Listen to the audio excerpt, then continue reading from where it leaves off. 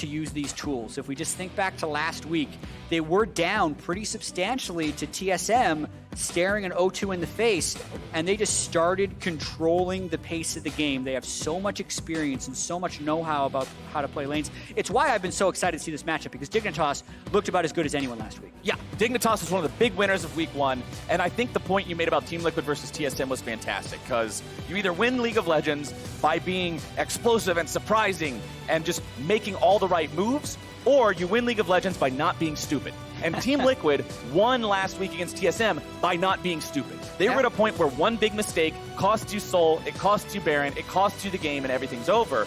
Many teams, when given that many opportunities to trip up, would have tripped. Team Liquid know exactly where their feet stand and made sure to avoid all the pitfalls. And when everyone was doing their preseason power rankings of Team Liquid, you kind of look at their roster. CoreJJ, an MVP down in the bot lane. DoubleLift, an MVP down in the bot lane. Jensen, very nearly an MVP on multiple occasions in the mid lane. World champion top lane. Like, they're just so unfair on paper. It just seems like broken. They have all-stars in every role. Yet, they are in this point of vulnerability right now, where the offseason happens. A lot of teams did group camps. TL did not, right? Surnefire had about 3 days to play with the team before last week. Now it's going to be closer to 10. And they run into this team who actually has also a lot of star power, depending on which lens you look at it through. Aphromoo, a former MVP. Froggen, been a mid laner for 7 years, was the MVP of the EU LCS back in 2014. Huni, nearly an MVP in certain cases. So if things come together for Dignitas, they can also be a force to be reckoned with, and really looking forward to see them clash for the first time in 2020. And it's always one of my favorite things at the beginning of a split, when a team does better than you're expecting them to do, like Dignitas did. You want them to stay like that for as long as possible, because it feels like every time a split shakes out by the end of it, you're always going to have either 2 or 3 teams that everybody's looking at as like, okay, they could legitimately win this. The more teams you get in that pool of these guys are serious contenders, the more fun the whole thing is. Yeah, and no one aside from maybe Huni or people within the Dignitas organization consider Dig a serious threat to win the LCS. Right. And still, after 2 games, it's still, you don't say that because a lot of it was like, well, can they make playoffs? But if they can put up convincing wins against TL, if they can continue to carry on, they can change that narrative fairly easily. And every matchup in this game is interesting to me, like the Huni versus Impact history, the Froggen versus Jensen, both being powerful Danish midliners is interesting. But Johnsun versus DoubleLift is the thing that draws my eye in this matchup. Because not only do we have Aphromoo versus DoubleLift kind of lane matchup new partners, we have someone who was one of, if not the best solo queue players on the server last year with about a 65% win rate, 4 accounts in the top 20, and a guy who looked really good in his first 2 games, going up against a guy who's won 6 of his last 7 LCS splits as a dominant bot laner. So if Johnsun could pop off this game, man, that would be exciting for me, just in terms of what the LCS would mean for the rest of the year. And we throw the words rookie and veteran around pretty frequently talking about players, but I think the raw numbers say it all. DoubleLift with his 429 LCS games. Johnsun, you just scratch the 4 and the 9 off. He's got 2. So Absurd, the experience. Not quite comparable between these two, but like you said, it's Johnsun who was popping off last week, had a really good first impression on the LCS, seeing if he can keep it up now. And in the jungle, I already talked about how for Surnefire, this is a really cool opportunity for him. Broxah's misfortune is his chance to show what he's got here on the LCS stage. And Grig is another player who, I mean, last year he was on TSM that had a lot of troubles, didn't live up to expectations. There was a constant jungle swapping between him and Acadian. And when you look at this Dignitas roster, Huni, the history behind him, Froggen, the history behind him, Aphromoo, the history behind him, all 3 so well known. Johnson's the hot new rookie coming in. Grig's the guy that flies under the radar. So this is your chance to pop off if you're him too. Both junglers, they got something to prove, and I love that. Everyone kind of auditioning in their own way. I want to pull us back to the game right now, though, because this type of vertical jungle split is TL's bread and butter. They get their jungler on their side of the map, and they try and make that kind of vertical split down the middle of the lane. So, like, this side, this whole side is TL's territory. And that allows DoubleLift and CoreJJ to go to work as much as possible. What Surnefire didn't do, though, I don't think, is farm the camps substantially. He did counter jungle the Krugs, which will hurt a little bit, and then CoreJJ goes in to make vision. So in terms of like Johnsun v DoubleLift, sometimes you're just not allowed to try because of the way TL plays the map. They play around the fact that they have that bottom lane that stands out so much. I mean, you mentioned they were both MVPs, but I feel like the conversations are always, okay, when we're ranking the bottom laners and the supports, these guys just stand out so much above everybody else. There's almost no one else competing for #1. It's like back in 2016 when you went into an international event knowing SKT would win it. You were just thinking about, okay, who's the runner-up? Yeah. They're the old SKT of North American bottom lane. You just don't compete with them. Yeah.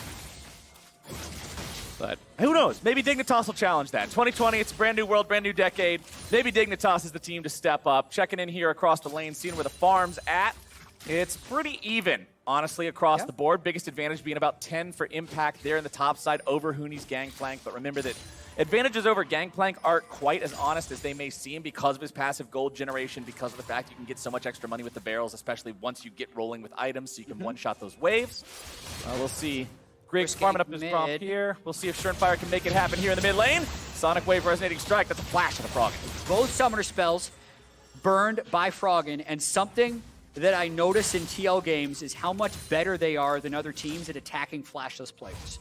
So Froggen now, you're going to time that. 10-13 is going to be when his flash comes up again. I wouldn't even be too surprised to see if CoreJJ roams to try and get something happening there with Flash Cleanse down. So even though that doesn't result in a kill, in a slow early game like that, very valuable to get both summoners. And of course, if you don't pay that back, that just means that you're wasting the opportunity that you bought yourself there. So we'll see how well they cash in as Grig will clear out that control ward. Notice how he places the flag over the wall after the first auto attack, gives him the opportunity to only have to use one spell if he does get collapsed on. Just an extra safety measure there for all the Jarvan solo queue players looking to pick up a couple of tricks. And it's still in range to give you extra attack speed, so you kill the ward faster too. Everything about it just makes the clear a little bit more effective. Obviously, it doesn't make or break the game if you do it, but it helps. It can get you out of some sticky situations. Surnfire, here you go. Looking to return to mid.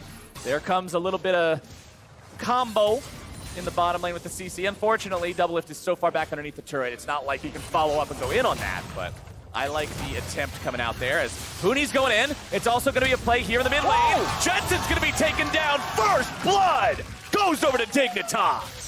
Amazing Orianna ball play there by Froggen. As the flashless player, Jensen flashed backwards, still didn't make it out of the shockwave. Have to watch that one more time, but that completely turns the tides of that lane. They might go for more. If Aphromoo hits a hook here, no, all right, they're not going to go after it. That's too risky. Yeah, can't wait to see that replay. I want to see if Froggen, I think it was just a shockwave position behind Jensen rather than just comboing off of Grig. No, Grig was just standing behind him, which is enough. So he eat onto Grig. Grig was behind, so when Jensen flashed backwards, he still got tagged by the other half of the shockwave. Surnfire, didn't really matter that the Q missed. He wasn't going to be killing him anyway. Good play. And that's one of the moves you can make when you know that Team Liquid is one of those teams that's going to look to punish a flashless player. You're saying, all right, Froggen, push up. We're just going to make the gank happen first, and Dignitas pulls it off. Big roam up, good for the mid lane, getting there first, and now Grig is level 6 against a flashless Ryze. As soon as Froggen's ultimate is back up, they can go for a repeat on that game.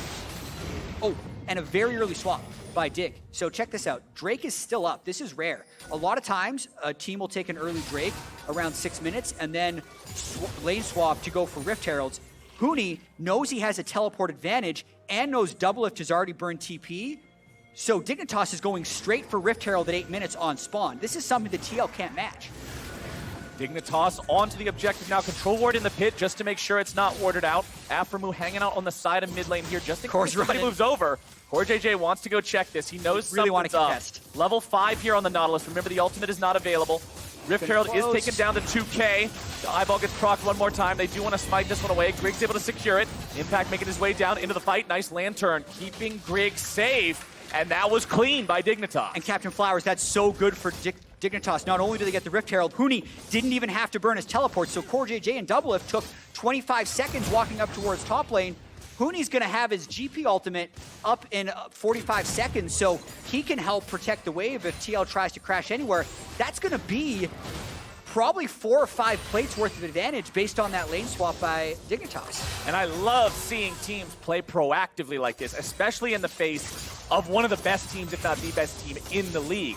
Sometimes you see teams get a little scared. They have cold feet. They don't want to try to make a move they normally would because, oh, if it goes wrong, it'll definitely go wrong against this guy. But Dignitas are playing comfortably. They're playing confidently. And I think more teams need to do that against DoubleLift specifically, actually. Him and CoreJJ are usually so good in lane, and Team Liquid is so good at just setting up the map to play around bottom side. Say you don't care about bottom side, right? Make Team Liquid adapt on the fly in that sense. Temporarily, Johnsun sacked about 10 CS, but he got it back because DoubleLift had to run up towards the rest of the map, and now Dignitas has a 1K gold lead because of map. It's another interesting conversation around, like, you know, do you win League of Legends by playing smart or not playing dumb? Do you win League of Legends by playing your style or shutting down your opponent's style and trying to resist that as much as possible? We've seen different approaches. We've seen them both work in the past, but Dig seems to have come into this with a solid game plan. Yeah. They know what they want to do against Team Liquid. It's working so far here. 10-minute mark just now being crested, though. It's a 700 gold lead, 800 gold lead or so for the side of Dig, and we're going to see if they can keep this momentum up moving forward. As you already pointed out, and worth pointing out again because it's 3 minutes further than it was then, Drake is still up. This is a late first dragon. I'm getting kind of giddy because Dignitas is doing all the things that I want them to do. Huni took 2 plates off bottom turret. That means Rift Herald Charge will kill from there. Normally, it's really hard to get the 4th and 5th plates on turrets because of the resistance. So they've swapped back, they're dropping, and they will get first turret off this push. Here we go. Barrel's going to farm up those minions. Impact has already been forced back. You can see he had to use the World Ender already to escape. And there she goes. Shelly makes sure it gets rammed down. First turret gold, Dignitas. And I love it. Look how much slower it is for TL to take these last plates. Because they've been here and the turret bonus armor MR has been building up so much, that turret is at 370 armor unless they reset. So on top of all the stuff they're already getting, they can get Drake after this too. Dig's looking to take 2. The turret hasn't gone down. That was not coordinated properly. Grig goes in. He gets too far ahead of himself. He thinks, let's lock this guy down and then make a play after the turret. It's only 11 minutes in. That last 10% of the turret takes a hot minute to kill, and Grig gives over a freebie. They did so much well. They were so close. I'm not going to dwell on the negative there where Grig decided to use Cataclysm instead of taking Drake. Because you can see they did get a lot of map advantage. And Huni's even able to come up here and salvage top turret, but that is a missed Cloud Drake because of Grig's misplay.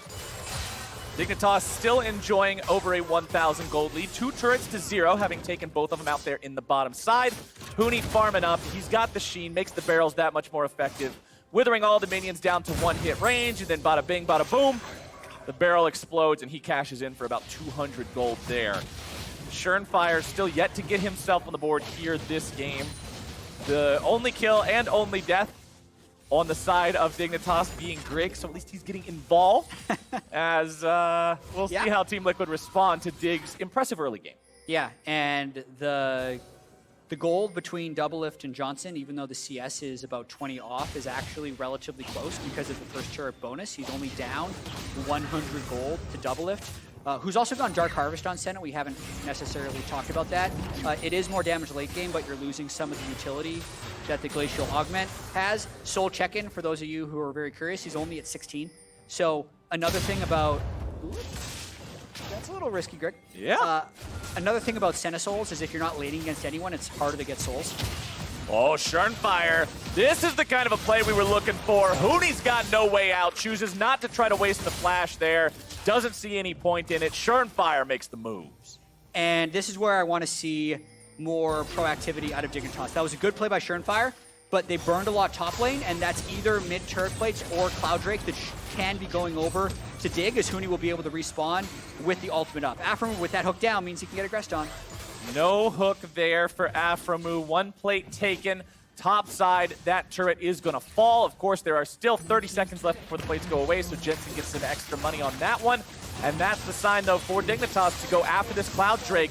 Is this the latest first Drake we've seen so far in LCS over the course of last weekend now? Because that's a 13.5-minute Drake 1. That's pretty slow. That's normally the question I ask, but I usually press the talkback button and say Jatt for stats, and then they'll tell me. I'm posing the question to the audience so we can share a thought process. It's late. Okay. That's what I know. All right. Not sure if it's the latest, and it will mean that this could be a game where both teams end up scaling a lot into the late game. I mean, Huni is going to need a bunch of items. We've seen the way Orianna and Aphelios can scale, especially once you get Hurricane and Infinity Edge. It's set up to be a doozy. Well, I was just told by stats in my ear that, yes, this is the latest one. Because, see, they're part of the audience, so they were listening. Yeah, yeah. Okay. They're there with us. We're all here in spirit watching the game. As you can see, the turret plates, it's coming up 6 for Dig, 5 for TL. So even though Dig did have that advantage early on with the Rift Herald shoving down the bottom side, it all comes out pretty close here. And 14.5 minutes into the game, it's 500 gold separating Dig and TL. TL doing a good job making up for that lead that Dig was building. For sure. And everything we observe about Team Liquid in the early season is going to have to be taken with a grain of salt because they are still playing with Fire and not Broxah, and junglers are incredibly important in the way a competitive team works. With that being said, even just last week against TSM, you could tell that the way TL plays the map is still amongst the elite. They're incredibly good at keeping CS high on side lanes while minimizing deaths. So with this game approaching 15 minutes even, let's see if Dig can keep up. Because TSM was unable to keep up. They had the large lead, they couldn't secure Dragon Soul, and it went from there. Now, TL has set up good vision around the Rift Herald, and Dig is a little bit slow in trying to get involved. Look at how little they see. You've got Impact waiting over the wall there. Dig does know that he's right around the area, but Team Liquid will manage to secure Shelly number 2 for themselves. Dig have priority over the mid lane. They have a Demolish ticking down on that turret, so they should be able to take this one out before TL's in position to respond. So at least it's objective for objective. So now the question becomes, what does the value of that Rift Herald mean for TL? Can they get a good use? I could make an argument that right now, that trade is in favor of Dignitas because the expected value of a 60-minute Rift Herald is breaking mid. If your mid gets broken while taking it, what are you doing? You just traded the expected value for an actual outcome, which isn't always the best. Yeah, but the Rift Herald can still get 2 turrets in the right situation. So we'll have to see what the play of Fire's Rift Herald is from there. Another thing, actually, just like a nitpicky thing. All right, little tiny thing. What do you got? I don't like it when Lee Sins pick up Herald because you don't get the ward for your trinket slot to hop to. Yeah, to hop to. So you're unable to do insects. I do like it if you had just used all of your trinkets anyway, because the Rift Herald actually resets the cooldown of your trinkets. So you should use it, pick up Rift Herald, use Rift Herald, and then your wards are back. So that's nice, but for now, don't like it. Ooh, DoubleLift getting caught out there. Flash follow from Aphromoo. Oh, baby, that's the setup. That was sweet. That was real slick between Johnsun and Aphromoo. They root him with the Gravitum. They follow it up with Aphromoo and DoubleLift. He said, I don't care if you got 429 games. Get in the ground. First death of the game for DoubleLift. And unfortunately, the kill doesn't go to Johnsun. They really would have wanted him to be able to get that item edge. But let's just watch this once again. Has the Gravitum, lands the ult. That's a guaranteed root. Oh. Aphromoo has flash too, bro.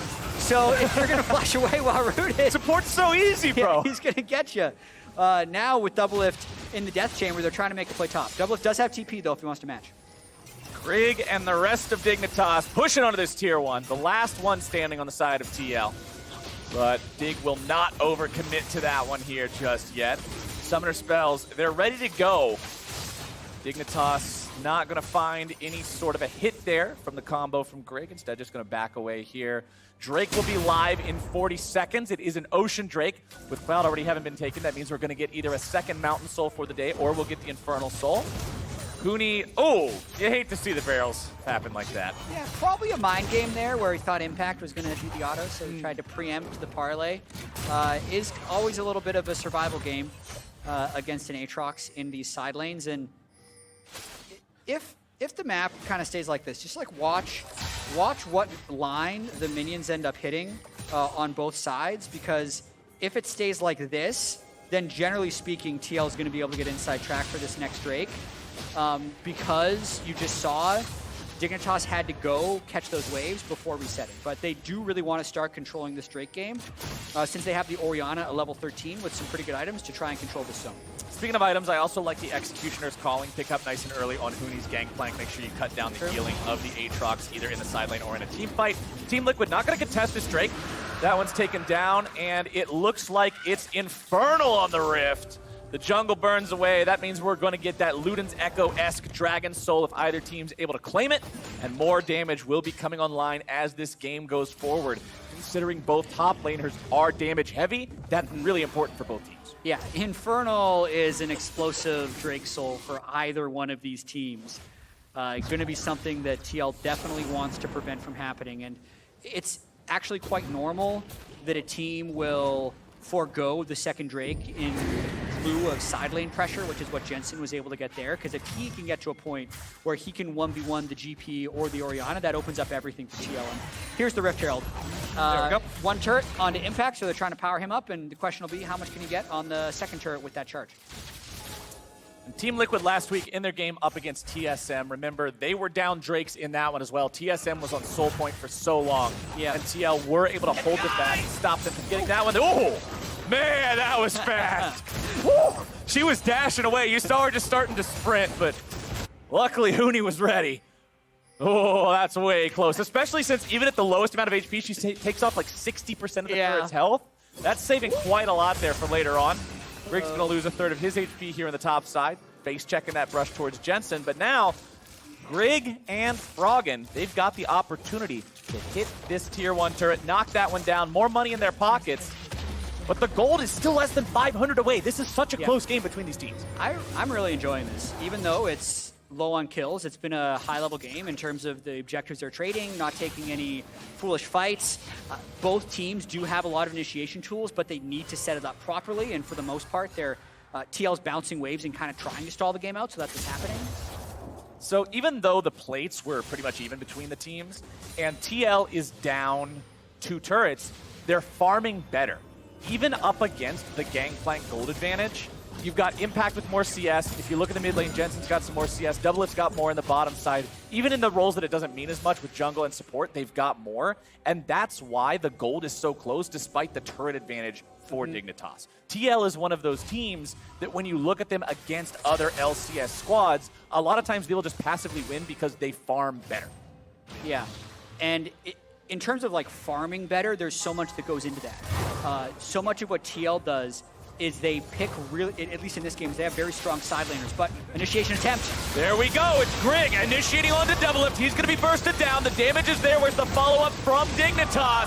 DoubleLift is exploded, that's gonna be a 1-for-1. CoreJJ barely looking to get himself away from this one. Impact gonna be tanking up 3, make it 4. Huni's able to find him here on the side, still looking to grab a little bit more damage.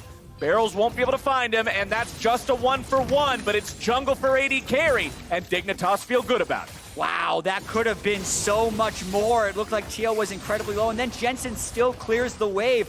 That's such a TL thing to have happen, if that makes sense. Like, that was a fight that I think for a lot of teams, they lose 3 or 4 people. So Grig goes in, he's a little bit early on top of the GP ult, and they burst him down. But look how low everyone else is. Like, the shockwave, probably a little bit wasted. CoreJJ always getting out with a fraction of health. And then Impact actually making this escape, leapfrogging Huni on the way out. Having all of that just result in a 1-for-1 when it looked like Dignitas had the big jump, just keeps the game close. That could have been a moment where TL gets wiped, Baron goes over or something, but it was not. Aphromoo also just used the flash there to try to flash hook Schernfire in the brush. Important to keep track of that summoner, especially on a champion like Thresh that's a very big playmaker, so Aphro won't have that here for the next 5 minutes. Third Drake is coming online about 60 seconds from now. Dignitas with that ever so slight gold advantage over their opponents. DoubleLift sitting on 1, 2, and 0 here on the Senna. Has 1 lethality item, serrated Dirk in inventory, so working on the second one means he'll be very effective dealing damage to a team that honestly has no armor outside of a Ninja Tabby on the Gangplank and the Chain Vest and Ninja Tabby. Obviously, the Jarvan's going to be getting tanky, but the rest of them pretty easy to burst through with that Senna damage, especially, as you mentioned, with Dark Harvest playing a pack. And he's going to have his 40th soul off of that red buff, so his range increase is now at 50 beyond his max range that he starts the game with. Still just 1 Dark Harvest stack, so not the greatest use of the stone as of yet. But third Drake is a big form of contention right now. You can see the side waves consistently pushed, but mid priority has been for Dignitas the whole game.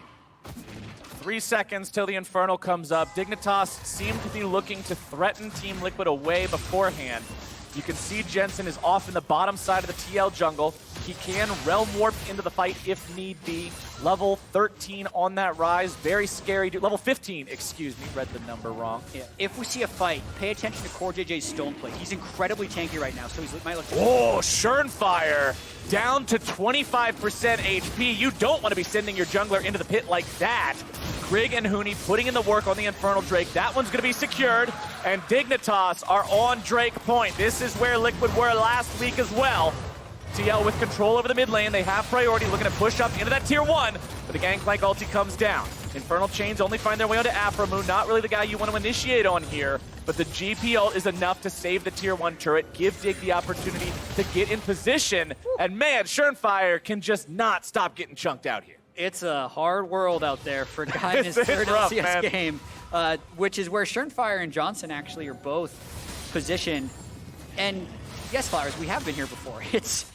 It's sole point for Dignitas with even gold in the game. So the power of these 3 Drakes is actually really small compared to what these 3 Drake symbols would have meant last season. The Infernal Drake is 4%, whereas last season the first Infernal was 10%. That's a lot. It's a big difference. So it's not like Dignitas is super powered up here. They need to have the same type of play for the next moment that Infernal comes up for in 4 minutes, where they will have to deal with the stone plate. You know, Jarvan is going to do his damnedest to not get chunked out by Froggen Shockwave. That's the thing that clinched this. But Dignitas is going to have to run that play successfully again to actually get the payoff. But if you do get that 4th Drake on the side of Dig, all of a sudden those 4 Drakes become worth so much more than they were last year because of those Infernal procs, because of the fact that you get that much more front-loaded damage to blow up the Team Liquid lineup that, let's be honest, aside from Stoneplate Nautilus, there's not really a tank. GP ulti summoned up there. Dig looking to chase down DoubleLift and CoreJJ. Jensen and Impact will join up. Huni's over the wall, looking if there's an opportunity to go in here. Team Liquid will bring in the cavalry, and the fight's going to break out. Turret placed down, CoreJJ walking himself away. Redemption also going to be used now. This is awkward. Grig locked up. Impact's off to the side. The fight's breaking off in 2 different places at once. CoreJJ looking to find the initiation. Gargoyle Stoneplate is used. Jarvan into the stasis. CoreJJ taken very low. Shern going to be kept alive. Aphromoo the first to die. CoreJJ going to follow him thereafter. It is 1 for 1. Supports are out. And the Shockwave finds nothing but air. Team Liquid, their jungler is very low, but they've gone even on the fight. Oh, what a fight that was. DoubleLift walking out of it alive as he kind of meandered into the enemy jungle to try and retreat. And what does keep happening at the end of these fights is Jensen will be there to push a side lane. Level 16 Ryze now, 3 full items, 300 CS at 27 minutes. That's going to be the carry for this TL team if they end up winning. Well, you've also got Huni to answer him, which a lot of times you see these Ryzes get really scary when there's no answer in the side lane. Gangplank at least has the ability to blow up the wave. But you had to make me a liar, man. Right then, right there. Well, Jensen makes it happen. I don't know what I'm talking about. That Ryze just kaboom blows him up. He answered in a way, it's like, Jensen, surprise, you won 300 gold. Like, that was... he won the Huni contest where he gets the Huni. Oh, man. But Huni didn't die in week 1, caught out there. He has no MR on GP. You actually can't match that Ryze with that GP. Huni learned that the hard way, but now with Baron up and Huni dead, I mean, maybe TL just turns straight for Baron. This is that championship mentality. One mistake can be what shifts the game when it's this close the entire time. Team Liquid now, with that kill, with the turret that followed after, they're 1,500 gold up. Did I say 1,500 gold? I meant 2,000 gold up, and they're pressuring bottom lane in him. Froggen makes his way back into the base. He's 2 levels down on this Ryze. Jensen's level 17. Aphromoo's coming in from behind. This is a pretty big pick to make. Nice escape coming out from Jensen. Aphromoo doesn't want to chase this one down alone. But that means Team Liquid are now on to the Baron. They recognize the investment in the bottom side of the map made by Dignitas. The GP ulti not available. You can't just fire that into the pit here, and TL have ported Ryze in with the teleport. Senna teams are slow at Baron, though. Look how slowly it's going down. They might contest. Aphelios drops the Infernum with the Moonlight Vigil. Here we go. Grig gonna be knocked out of the pit, taken down. DoubleLift able to find the secure. CoreJJ tries to run away. Nice hook onto Schernfire. It's gonna find one pick, but Dig needs more than one. CoreJJ still walking away, and that is a win for TL. It is, but look at this timer, Flowers. 30 seconds on Infernal Drake with their jungler dead. No way he can make it to the Infernal Drake by the time it spawns. Dignitas going to group that. This could be one of those situations where they're trading a Baron for a permanent soul on the other side. Impact and DoubleLift both have teleports ready to go if they decide they want to make some sort of a move for this. Impact threatening that top lane of Dignitas, looking to barrel down. He takes out the tier 2 turret. Yeah. Team Liquid now with a 3,000 gold advantage. But Dignitas, they're camping this pit. They know what they want. They're here for it, and they're going. There's Drake is burning away way too quickly. No way for TL to contest this one. That is Drake's soul. 29 minutes in for the side of Dignitas. Froggen makes his way back to the base to protect the second inhibitor turret, and he'll keep that alive. We got ourselves a game. I was really looking forward to this one. This is and fun. Sure, it's only 5 kills to 5, but we are at such an interesting point where the team that got the Dragon Soul is completely behind in pressure, and the question will be, can they even get these fights? Like, Jensen's about to finish his death cap, and there's no one who can match him 1v1, arguably even 2v1 if he plays properly. So how much is this Infernal Soul really going to matter? We'll have to see. And it also brings up the question, if Team Liquid can continue building a lead over the course of the next 5 minutes, and Elder spawns, and Dig don't feel like they can fight for that, well, now you're in a really bad spot because you're potentially giving away that incredibly powerful buff to the side of TL. Baron power play, still only pretty much the value of the Baron itself. 1 minute left to play with. Jensen's going to be split pushing. We've seen the Ryze be the win condition. Already level 18. Cannot level up any higher. Look at the items in the inventory. Working on the hat now. Already has Leandries and Ryze. The slows, it means he's never getting off you if you're alone with him in the 1v1. And for now, Dignitas is just trying to wait out the extra 50 seconds that this Baron power play has against Team Liquid. I do want to point out the Bloodthirster on the way for Johnsun. Very surprised we're not seeing a Hurricane. It's has some absolutely absurd synergies with the way Aphelios' kit works, but going with the defensive option in Bloodthirster, definitely kind of slowing down what he's going to do, and Dignitas is just completely on the defensive here for another 30 seconds. Bloodthirster will, the shield from Bloodthirster will have you survive about half of an extra Ryze Q, so. Yeah, right? It can maybe help with poke from a Senna or something who once the RFC is completed, which it is now, like an auto Q from an RFC Senna is about half your health, so I can kind of see it. 65 stacks of Senna Souls, 1 stack of Dark Harvest for DoubleLift. The Dark Harvest not really paying dividends here so far in this game as Grig tries to go in. Can they find the initiation they're looking for? DoubleLift's going to get himself away. CoreJJ now the target. Realm Warp's coming in, and that means you got to be careful. Grig is left for dead, flashing over the wall to stay alive. Nice sidestep away from the overload from Jensen. Dignitas disengage, and TL play that one well. Yeah, CoreJJ, even though he was flashless, does have a stone plate, so he's incredibly hard to kill. I think it would have been better for Grig to ult DoubleLift and just go flash for the next time, but understand why he tried to ult the flashless player. Now TL continues to push. Tier 2 turret falls as the Baron buff dissipates. Team Liquid now still sitting on that 3,000 gold advantage. It is 2.5 minutes until Baron. It is 3 minutes until Elder Drake. And Team Liquid seem to be feeling very comfortable with where they're at in this game. The extra burst damage from that Infernal Soul, as you already mentioned, not enough to blow up CoreJJ through the stone plate. And that means that Grig and the rest of Dignitas need to find these initiations onto valuable targets. But Jensen, he's got the Seraph's Embrace and a ton of items. He's practically full build here on the Ryze. DoubleLift on the Senna is a much more vulnerable target, but does still have the flash available. And everybody else isn't really worth trying to blow up. You've got to get either the Senna or the Ryze. You really do. The Ryze is going to be incredibly hard. I got a number for you. The number is 842. That's the amount of AP that Jensen currently has. That's a a number. Yeah. Yes, sir. DoubleLift.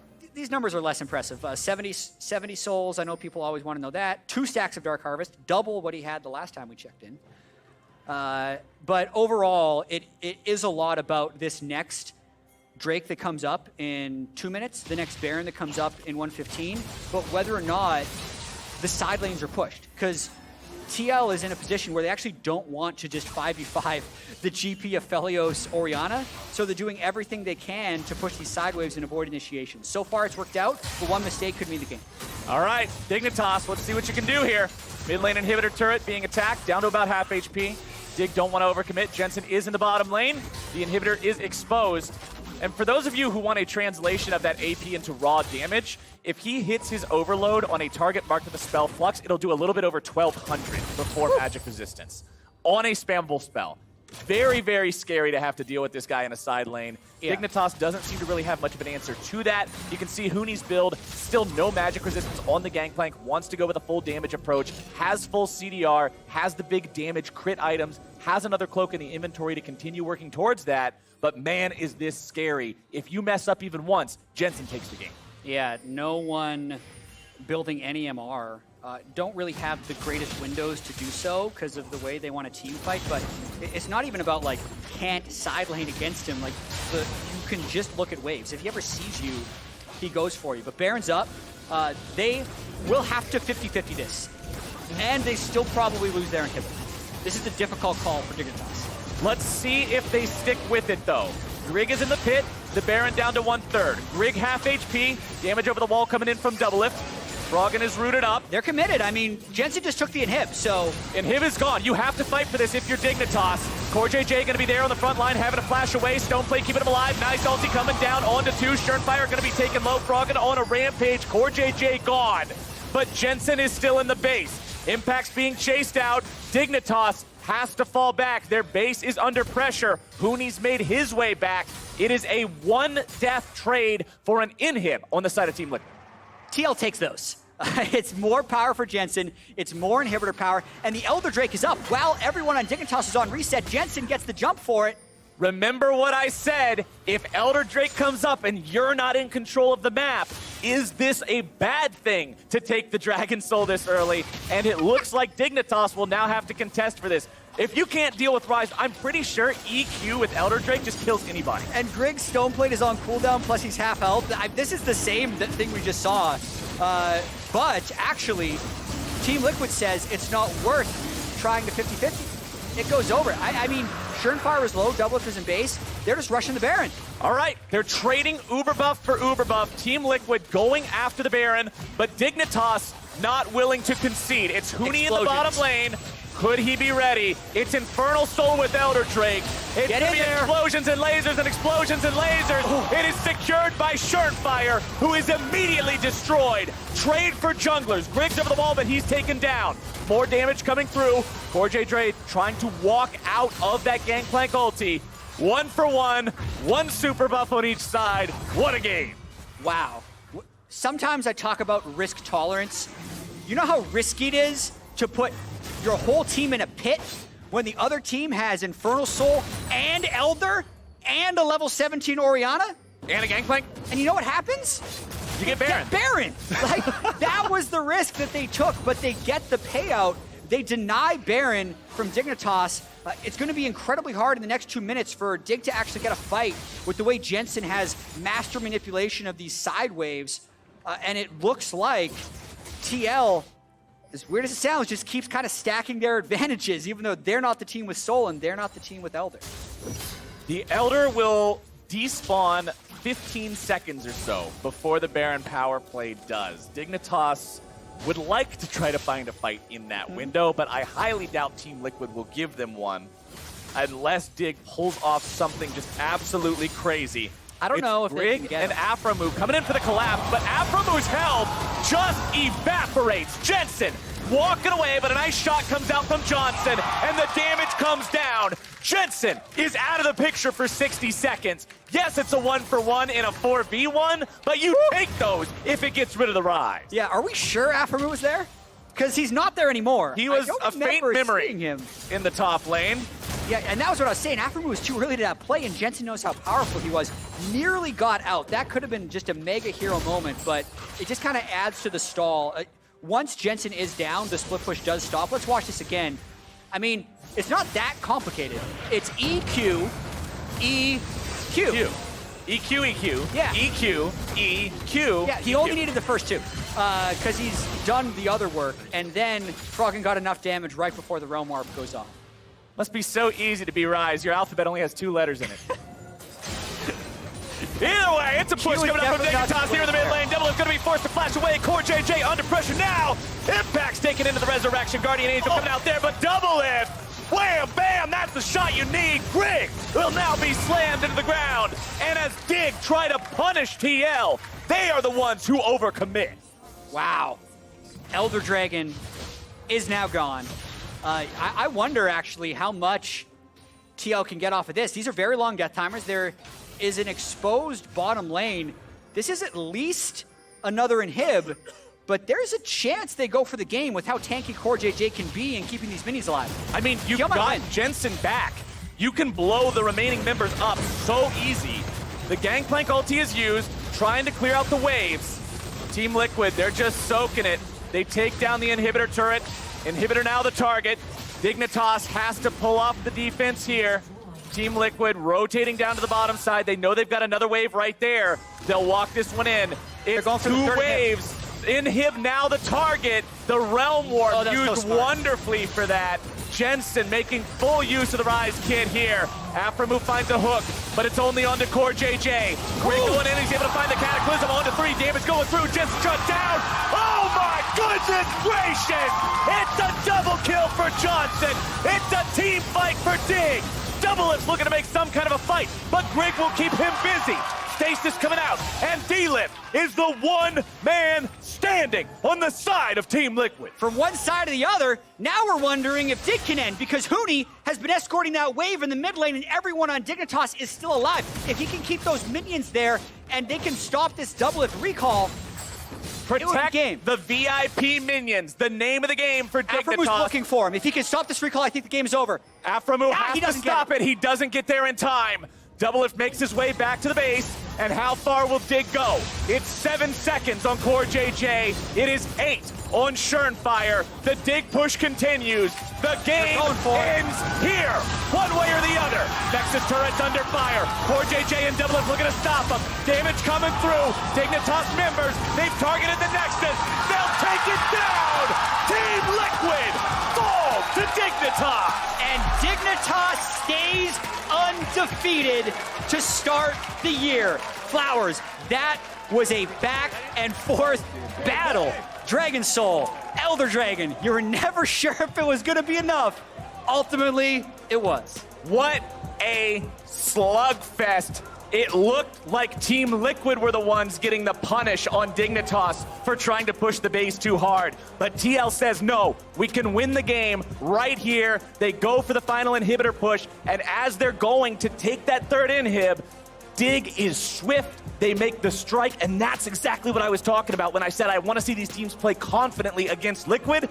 That was the Chad play right there. It was time to put up or shut up, and Dig put up. I mean, you could see TL was going for the jugular there when they realm warped in to try and get that third inhibitor. If you get the